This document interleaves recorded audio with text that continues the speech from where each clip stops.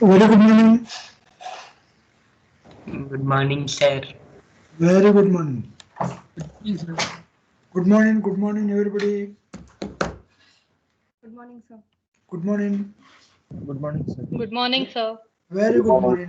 Very good morning. Good morning to everybody.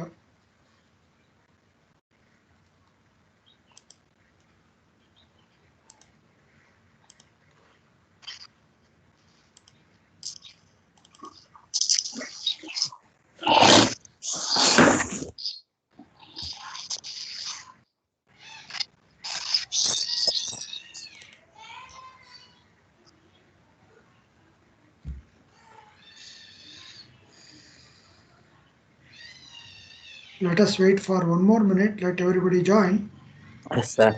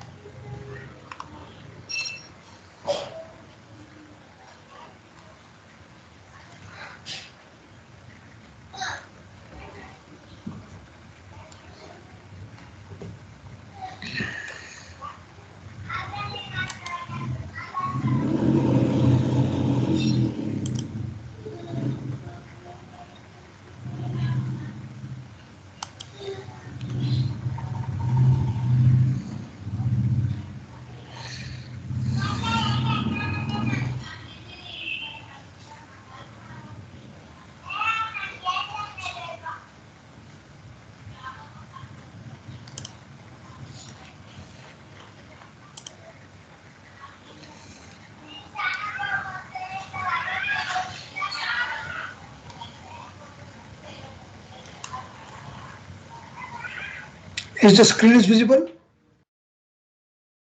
Yes, Yes, sir. sir. Yes, sir. Yes, Yes. sir. Yes. Very good. Very good.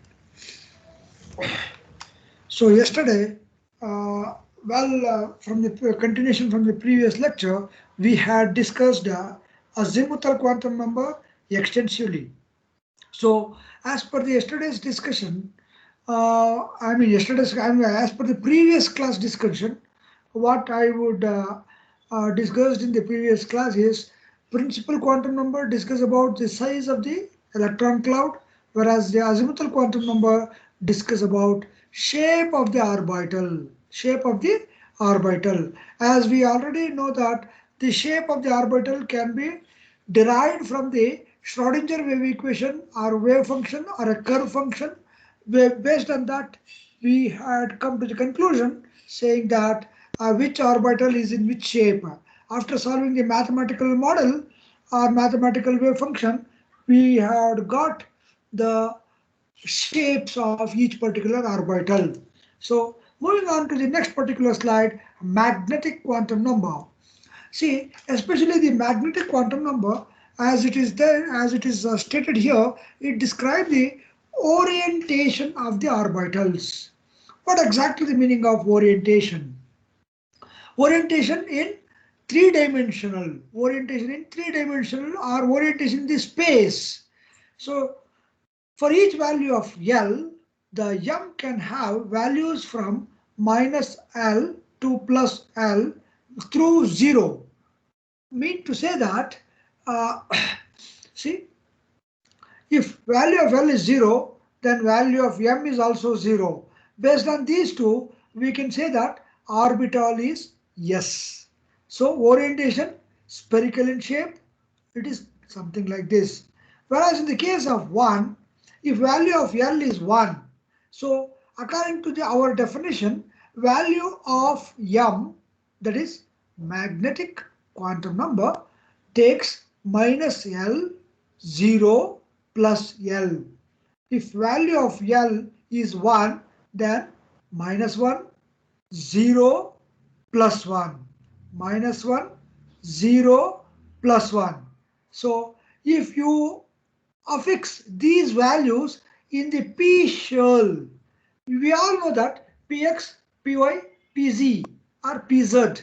So Px affix minus 1, Py affix the 0, P, Z, affix the +1. Similarly, in this case, value of L is 2. 2 means it starts from -2, -1, 0, +1, +2. That is the d orbital. So, say for example, dxy, dyz, dzx, dx square minus y square, dz square. See, like this, you can predict the orientation. Magnetic quantum number predicts the orientation. That's what I had said in the very previous class. Size, shape, orientation, spin. Size, shape, orientation, spin. Size, shape, orientation, spin. Why I am emphasizing this so many times? Because students do get confused with this, and when we ask the question, they will get confused and they write instead of writing size, they write shape. Instead of writing shape, they write spin. Instead of writing orientation, they do something else. So kindly remember and kindly make it very clear: size, shape, orientation, spin. Yes, yes, oh, yes. Yes, yes, oh, yes. So this is actually a magnetic quantum number. Magnetic quantum number. So spin quantum number, as you all know that you can have only two spins, either clockwise or anti-clockwise or anti-clockwise. However you want, you can pronounce. It is not our mother tongue. It is not. I am not a native speaker of English. Definitely you can. However you want, you can pronounce it. Anti-clock or anti-clockwise or clockwise. So plus of or minus of. Generally plus of is clockwise, minus of is anti-clockwise or anti-clockwise. In a nutshell, what is the conclusion here is N, that is principal quantum number, size of an electron cloud, L, shape of the orbital, M, orientation of the orbital, S, spin of an electron, spin of an electron. These are the address of an electron where you could reach out the electron of a particular atom, molecule or ion. So what are quantum numbers? Quantum numbers are principal, azimuthal, magnetic and spin. Why do you need quantum numbers? To locate the electron. To locate the electron. So with this address, you can find out the electron. And you also know, already cleared what you mean by orbit and orbital. What are the differences of orbit and orbital? Also, you knew it. That's fine. So conclusion, quantum numbers and electron accommodation in a if you put together, it will gives you like this: L, M, S, number of electrons accommodated, K, L, M, N, L value, M value, S value. So please go through this. Take 1 minute break, 1 minute time, and go through slowly all this one, so that you will be understanding. You will be understanding how exactly quantum numbers. So you can ask me, sir, what kind of questions they will ask you? What kind of questions we can expect in the exam? You cannot simply expect what do you mean by azimuthal quantum number? What do you mean by principal quantum number? No, they won't ask our straight questions. What they will do? They will give NLM value S values, and is it correct or not? They will ask. No, that also they won't give. Why? Because it is a little bit of higher level of a question you can expect. They will ask you, say for example, copper. Copper they will give you, and find out the quantum number. Write all the quantum numbers or all possible quantum numbers for last electron of copper. Like that they will ask you. Last electron of copper. Write all the possible quantum number. So when you write the last electron of the quantum number, first of all, you should know what exactly the electronic configuration of copper. Then you should know whether the copper is having any electrons or so unpaired electron or paired electron in the last electron.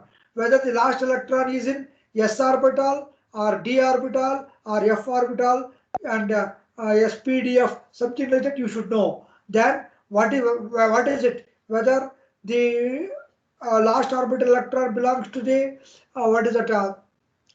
The subshell 3, 4, 5, something like that. See, with that question, they are going to evaluate whether have you know all the fundamental concepts or not. So that is what the course outcome here. What is the course outcome means? Have you understood the fundamentals of all the atomic structure or not? Likewise, you have to answer the question. So I will just move on to the next slide.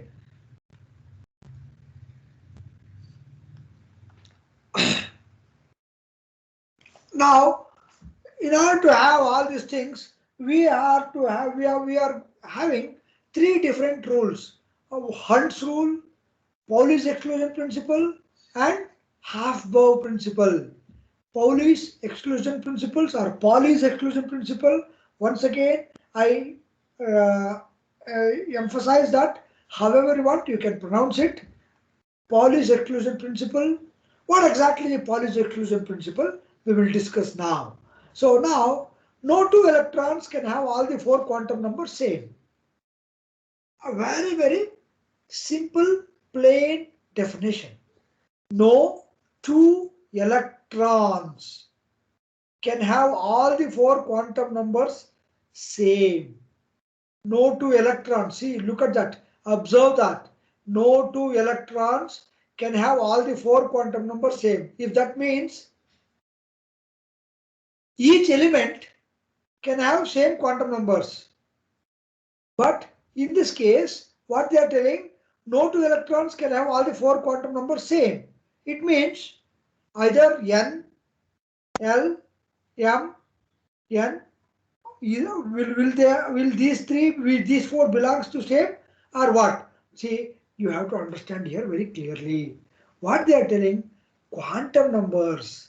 Most of the students, what they believe, quantum numbers means no two electrons can have all the four quantum numbers same means they will immediately jump into the K shell, L shell, M shell, N shell. No, that is not correct.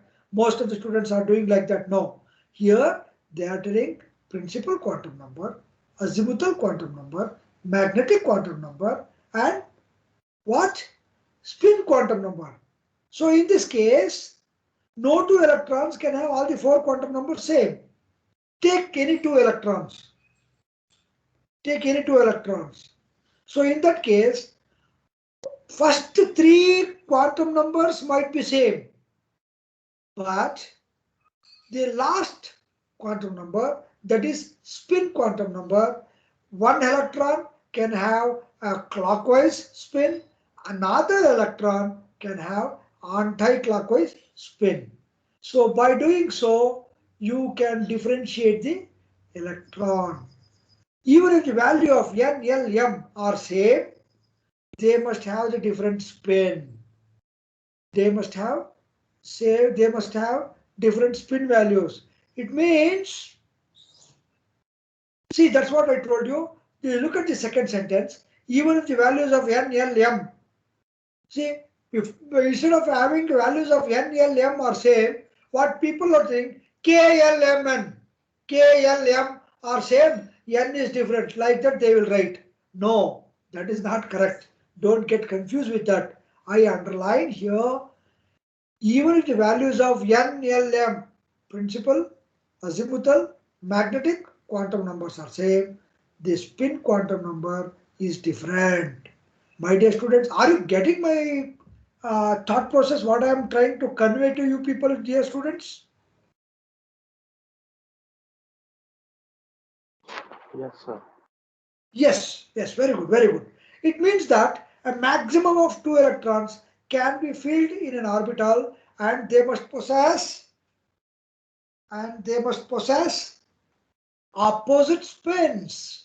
So in an orbital, you cannot simply fill the electrons in the same spin. If you fill the orbital in a same spin, that is the violation of Pauli's exclusion principle. So that is very true. Why, sir? Why you always want to fill the electron in opposite spin? In order to obey Pauli's exclusion principle. Why? Because what exactly it says, no two electrons can have all the four quantum numbers same.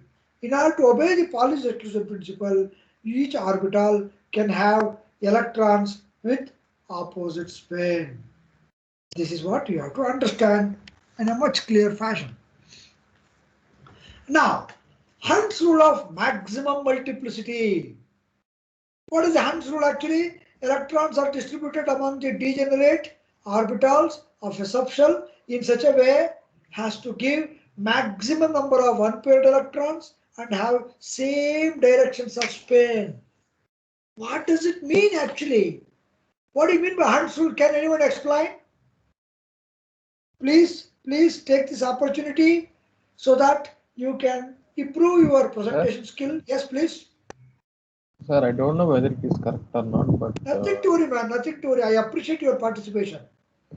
sir, I mean, for example, if we take P subshell means there will be 3 boxes now, sir. Yeah. We should not fill like in one box first two, then in second box next two, like that. We should not fill. First we should fill half fill it, sir. Like first one in the one box, two in the another box, three in the another box. Then we have to come to first box for second filling. Like that it should be filled.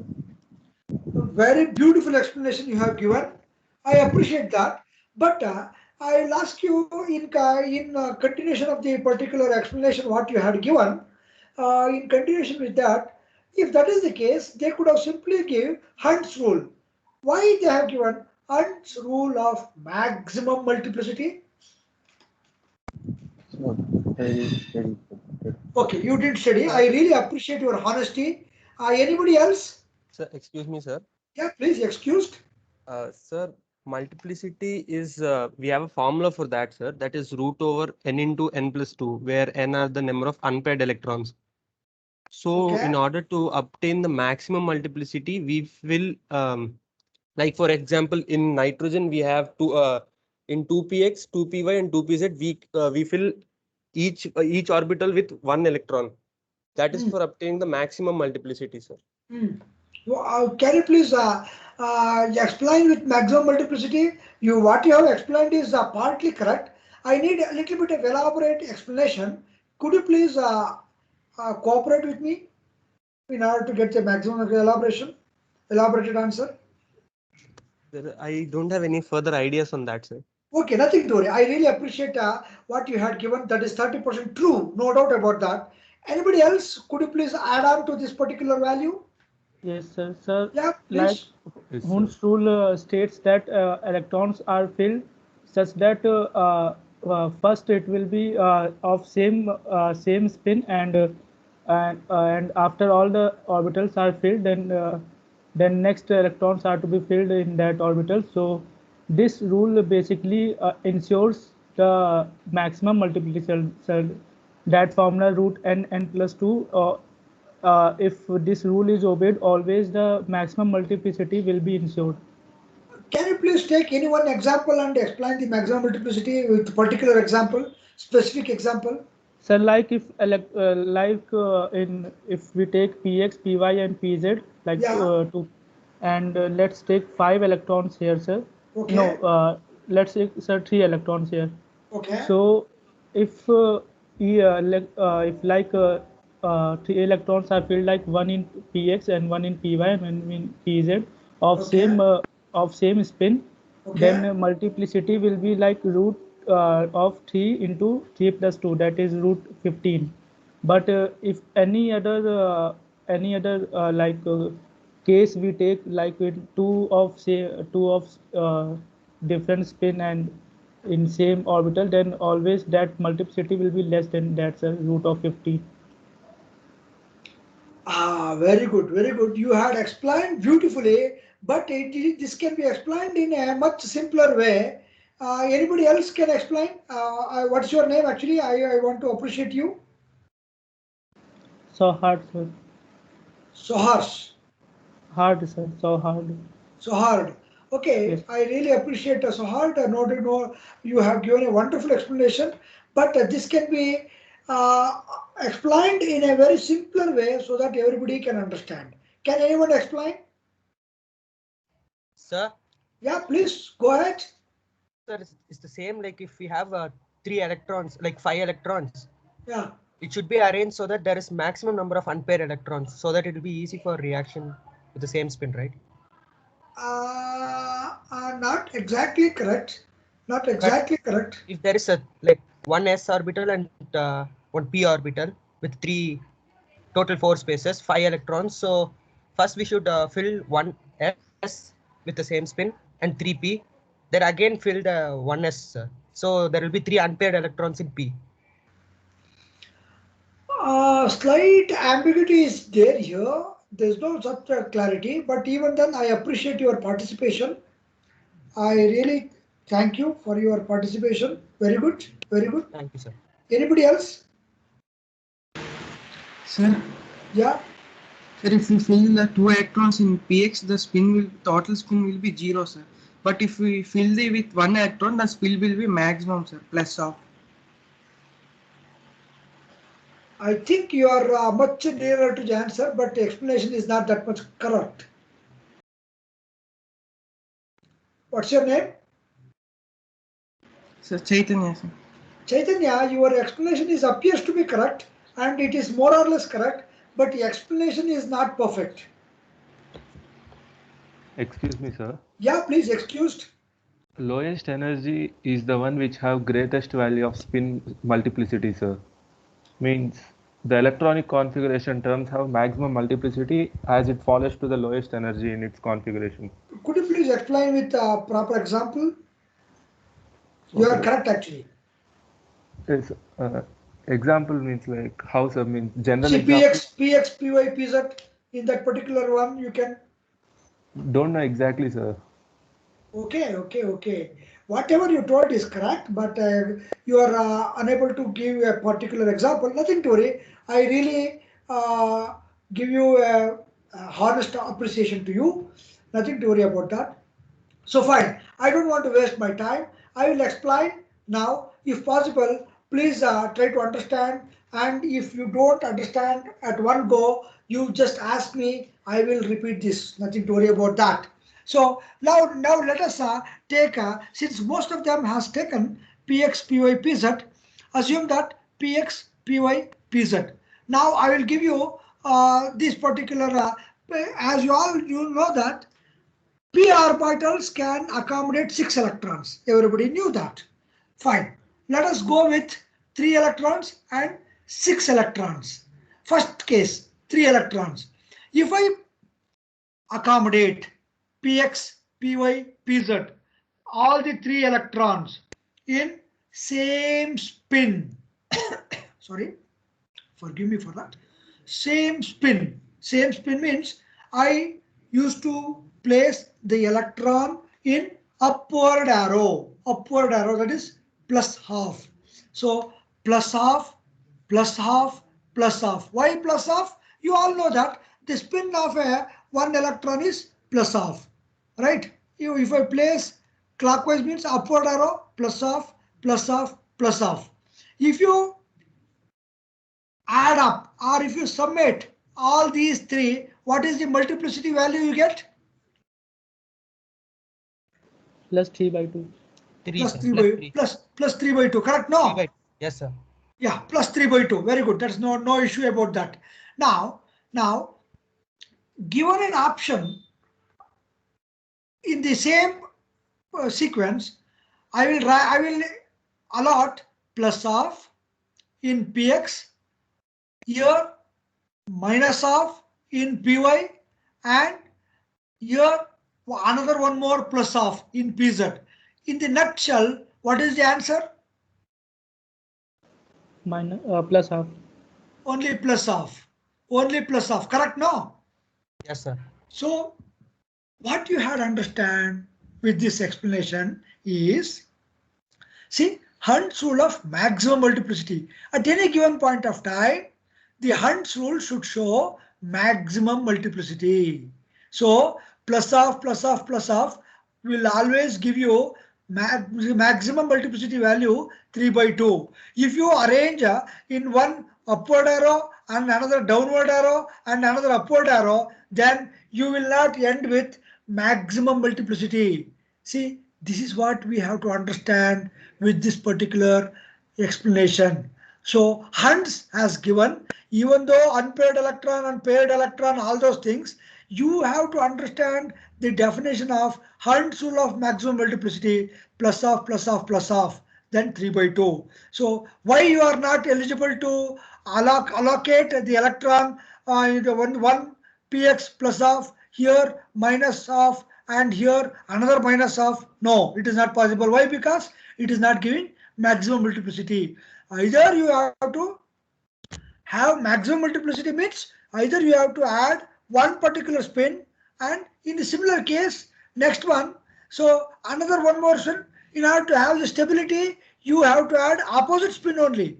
Say for example, here plus of and minus of, plus of, minus of, plus of, minus of. That is more stable value.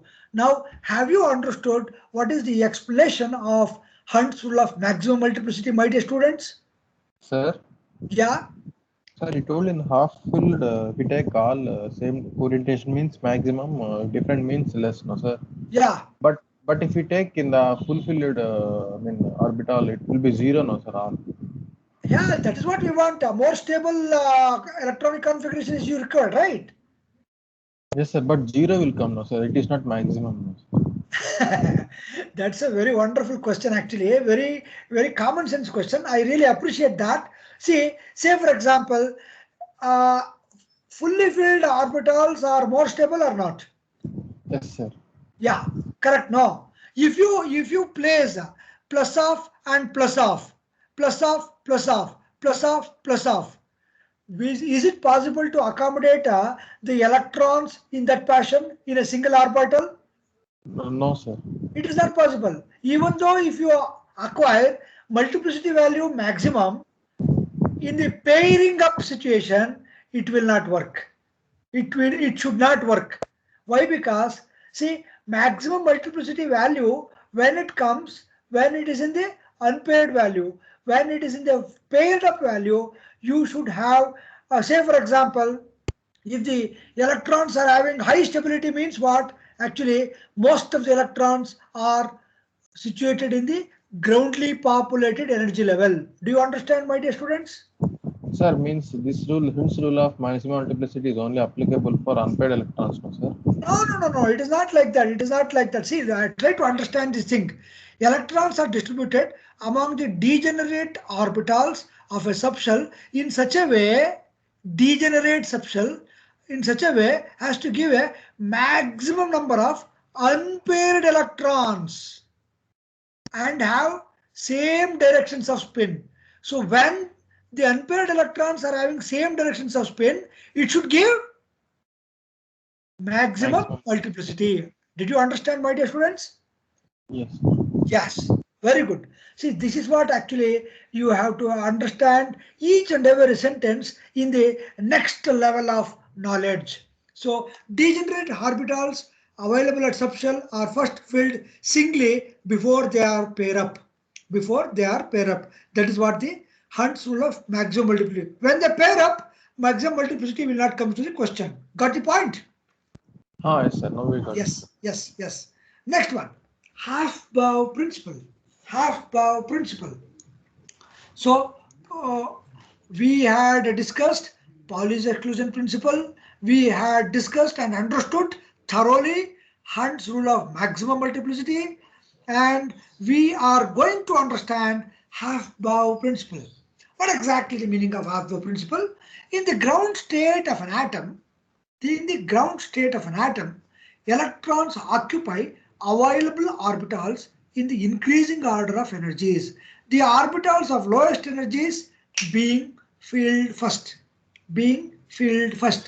What exactly it means? Definitely it means that wherever the electrons are going to fill in an orbital, they first occupy lowest energy level. Why? Because with least effort, they want to attain settlement. They want to attain stability with least effort. See, that's what our human nature is also. Nobody wants to study 24 hours a day to get gold medal. If you are really proficient, if you are really very intelligent, what you want with minimum effort, you want to score maximum marks. Why? Because nobody wants to do mundane hard work. So simply to score good marks. If you are really intelligent, if you are really capable, if you are really efficient, with one glance you could achieve the target. I mean to say that with minimum effort you will be getting good output. That is what our aim is also. What is the aim? How, say for example, if you want to buy a vehicle, what you will ask, what is the mileage it gives? You say mileage means per liter, assume for a bike or something like that, per liter, if it gives 20 kilometer. Another bike gives per liter 60 kilometer. Another bike gives per liter 80 kilometer. So efficiency wise, one bike is very much required is per liter. What is the maximum efficiency? Of course, torque and power difference. So what everybody wants with minimum effort, they want to achieve maximum output. Similarly, here also with minimum energy we spent, it wants to attain the stability. So what are the lowest available orbitals are there? Lowest available orbitals are being filled first. That is what it says. In the ground state of an atom, electrons occupy available orbitals in the increasing order of energies. The orbitals of lowest energies are being filled first. Why? Because in order to jump for the highest energy, it has to spend more energy before going to the highest energy. What it needs to fill in the lowest energy level and satisfy with that particular one. Only after filling up the lowest orbitals, then it moves to the higher energy orbital. In doing so, one formula is there, that is what N plus L rule. N plus L rule. See, you can find out N plus L rule in this particular one. Can anyone look at the particular graph or a picture and explain me any one particular thing, how exactly the N plus L rule satisfies? Please do interact, my dear students. So far, so good. Sir, Yeah. sir, means like if we consider in every row, it is increasing by n plus 1 or sir. N Like, plus L rule I am talking, not yeah, N plus 1. n plus L. N plus L rule. N is a, what is that? N is a principal quantum number. L is a azimuthal quantum number. If you add these two, whatever the value you get, that is what the higher energy value when compared to the previous one. So using the N plus L rule, can anyone explain any single example how exactly half-bow principle is having? Say for example, 1s is less than 2s, 2s is less than 2p, 2p is less than 3s, 3s is less than 3p, or 3p is less than 4s, something like that. How can you prove this particular one? That's what my question it is. Sir, For S, we have L equal to 0. So 1s, we will get n plus L as 1. Then Okay. for 2s, we get n plus L as 2. So, okay. So in that case, 1s is less than 2s. That's what your explanation. Yes, sir. But in you take one particular example where there is a much clear explanation is required. Sir, if we take 2p and 3s, then 2p and 3s, very good. Then n plus L will come as 3 for both, but we will take the lesser value of n. That's a very beautiful explanation. Very beautiful explanation. Can anybody give me one more explanation? Sir, in every row it is obeyed, sir. Like even if we take the 4D 5P 6S also. 4D 5P. 4D 5P 6S. No, take any two. That is fine. I Don't mean, if make you yourself complicated. Take any two and explain. yes, sir. If you take 4D means 4 is N and D is 2, sir. Okay. 4 plus 2 So is 6. 6, sir. And for 5P also 5 and for P 1, sir. So 5 plus 1 6. In that column, I mean in that row only 6s is also there. 6 plus 0 it is 6. Okay. In this case, how do you say that 4D is lesser when compared to 5P? Sir, by seeing the n value, sir. By seeing the n value. That's very correct. Very correct. Very correct. I hope, have you understood, my dear students? Anybody else who did not understand? Please ask me if you are not understood. I'll explain once again. Nothing to worry about that.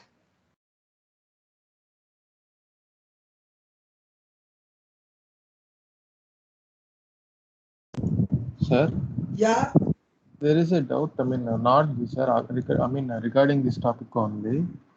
In few cases, we don't consider this type of electronic configuration, sir. Why? I mean, in some cases, sir, like we take directly like 1S, 2S, 2P, 3S, 3P, 3D, like that we take, no, sir. For which one? Be specific. Correctly, I don't remember, but now plus 2. No, Maybe like copper R1 4S1 3D10. 4S1? 3D10. If why in that case 4S1 3D10 will happen? Before that, actually expected is 4S2 3D9. Am I right? Yes, sir, but it is not stable, no, sir. 4S1 is stable, sir. 3D10 is not stable. Affiliate is stable or something. See, 3D10. See, 3D9 4S2. Actually, the expected is 3D9 4S2, but in reality, it is 3D10 4S1. This is the question you have been asked for me, right? No, sir, not that one, sir. Not that one. Then which one? I mean, I saw few electronic configurations will be like 3S, 3P, 3D, 4S, 4P, 4D, like that they give, sir, sometimes. They don't obey Aqua principle, sir. In which case, could you please explain? I mean, while calculating some calculations, I don't remember that. That's why I asked. Sir. Let me explain that. No, actually, honestly speaking, I am not getting your question answer exactly. Yeah, please. Sir, he is saying for writing chromium and copper, we will write electronic configuration as 4S1, but not as 4S2, sir. He is asking why we will do that. Okay. 4S1 and 3D10, sir. Yes, sir. 3D10 we get more stable. No, not that one. Sir, not that one, sir. I am saying they don't even follow this, this type of order, I am saying. You are telling that we, in some extreme cases, we have been not following this particular N plus L rule. We are following which order then? Normal things, sir, like 1S, 2S, 2P, 3S, 3P, 3D, 4S, 4P, 4T, 4F, like that they follow, sir, some calculation. Sir, he is talking about single electron. Okay. Nothing to worry. Let us not debate on that particular one. Why? Because since we are not getting a particular this one, I'll request that particular fellow to give me a specific example and speak on it so that we could learn.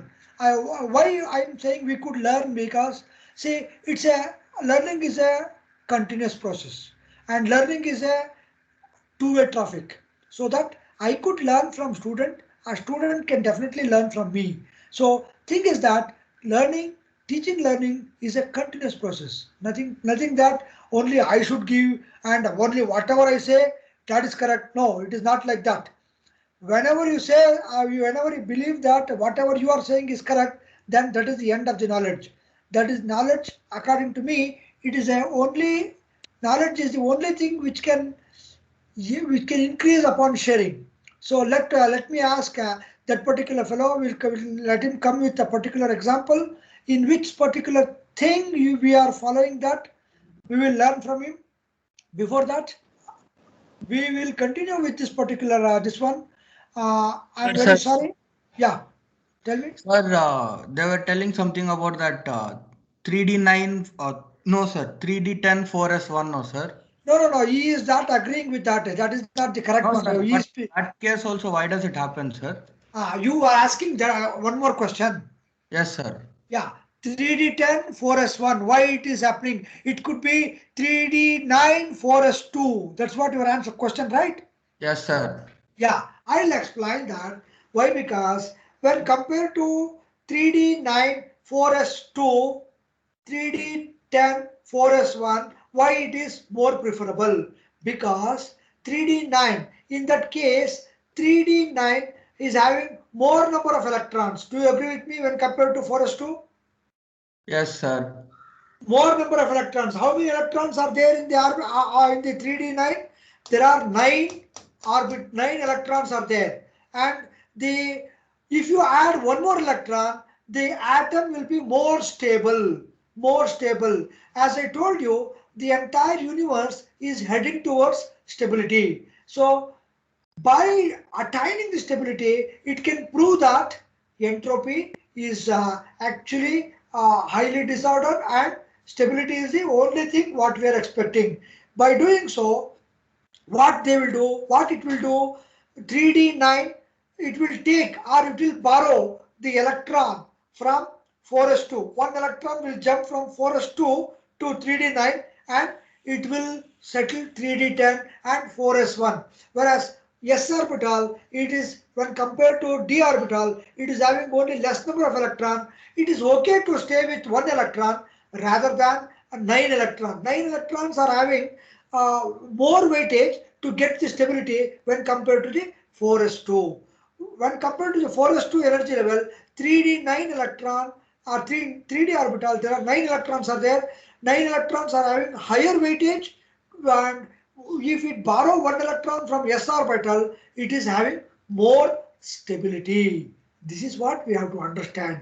Why? Because once again, the electronic configuration deals with stability only, right? That you will understand in the case of molecular orbital theory with more clarification, right? If the number of electrons are present, more number of electrons are present in the orbital, the energy level itself is very less when compared to the electrons are having electronic configuration having less electrons. Say for example, with respect to the carbon monoxide, it's a diatomic molecule. Carbon is having less number of electrons when compared to oxygen.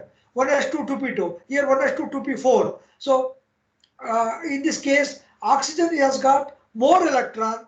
That is why the energy level what we depict in the molecular orbital theory is very less when compared to the carbon. Carbon is having being a less number of electrons. Energy level is very high. Oxygen is having more number of electrons. Energy level is very low. In the similar fashion, in order to meet the energy level, 3d9 is actually borrowing one electron to attain the stability. Do you understand, my dear students? Yes, sir. Yes. Very good, very good, very good. Anything else?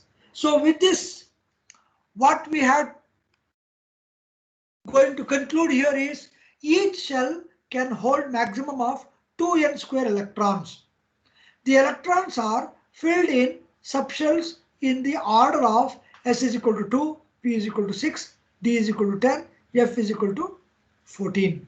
The electrons are filled according to the increasing energy of orbitals, that is Aufbau principle. Each orbital can take maximum of 2 electrons, that is Pauli's exclusion principle. At the degenerate level, electrons are first filled singly before pairing. See, first filled singly, in what case? First filled singly with maximum number of multiplicity. That is what Huntsford says. When it comes to the pairing, multiplicity will not come to the question. With single electron, multiplicity is the factor with maximum multiplicity. So these are the things which we are going to understand with this case. If you have any question with respect to today's topic, you can ask. I will just run through this particular slides. What are quantum numbers we have discussed, principal quantum number we have discussed, azimuthal quantum number we had discussed, magnetic quantum number we had just now completed, spin quantum number and how it accommodates. 3 beautiful rules we had, principles we had completed today. Pauli's exclusion principle, Hund's rule of maximum multiplicity, half-bow principle, and conclusion. If you have any queries, you are free to ask. So with this, quantum numbers are completed. Sir, will you share this PPT here? Exactly, it is my duty to share the PPT, no doubt about that. Are you, see, dear students, I want to have a honest feedback. If I explain like this, will you be able to understand, or do you want something else or Yes, something? sir. Yes, sir. Yes, sir. Are you okay with We are able to understand. you are able to Yes, sir. understand? Yes, sir. Okay. Yes, enough. Okay. Questioning, the way I am questioning and the way your interaction, are you comfortable with this? Yes, sir. See, I always tell to my students, I am not questioning to check whether you are knowledgeable or not. I am questioning only to get the interaction, and I am questioning only to make the class more lively, so that everybody, it is our fundamental right to question. We have to question ourselves, why I am studying, why not like this, how this is happening, all those things. Questioning is our fundamental right. We have to question. At the same time, based on the question, anybody can definitely guess or validate how much knowledgeable the person is. I mean to say that any fool can ask any type of question. Based on the magnitude and based on the weightage of the question, anybody can suggest or anybody can conclude whether the person's intellectual capacity is what. I mean to say that based on the question, anybody can decide, are you an intellectual person or not? I mean to say that once again, the framing the question also requires a knowledge, no doubt about that. But even then, I encourage the entire student community, forget about that, please try to ask questions. Okay? Yes, sir. Yeah. Okay. The timings is at 10:20, no? Yes, sir. Yes, sir. Okay, 10:20 is the class ends. Or 10:30. 10:20, sir. Okay. Yeah. I will definitely share this soft copy after completion of each chapter. I will make it a PDF and share it in a Teams so that everybody should get this particular thing. Is that okay, my dear students? Okay, sir. I'm asking about textbooks, sir. Okay, sir. Textbooks, I already told you in the previous class. I cannot give you each and every pinpoint as a spoon feeding. My dearest and nearest students are very good at searching. They are the real Google engines. They are very good. Sir, but we can find them directly, sir. We are not getting those books. If that is the case, you have to order it. Please buy books. Please read books so that you could improve your knowledge. For even for chemistry, if you don't buy, please buy books for engineering components. So engineering syllabus. Why? Because that is required. Reading ability, you have to improve yourself so that you can get good knowledge. Got the point? Yes, sir. Yeah. Thank you so much. Yeah, please. I'm asking you. Yeah, tell me. Go ahead.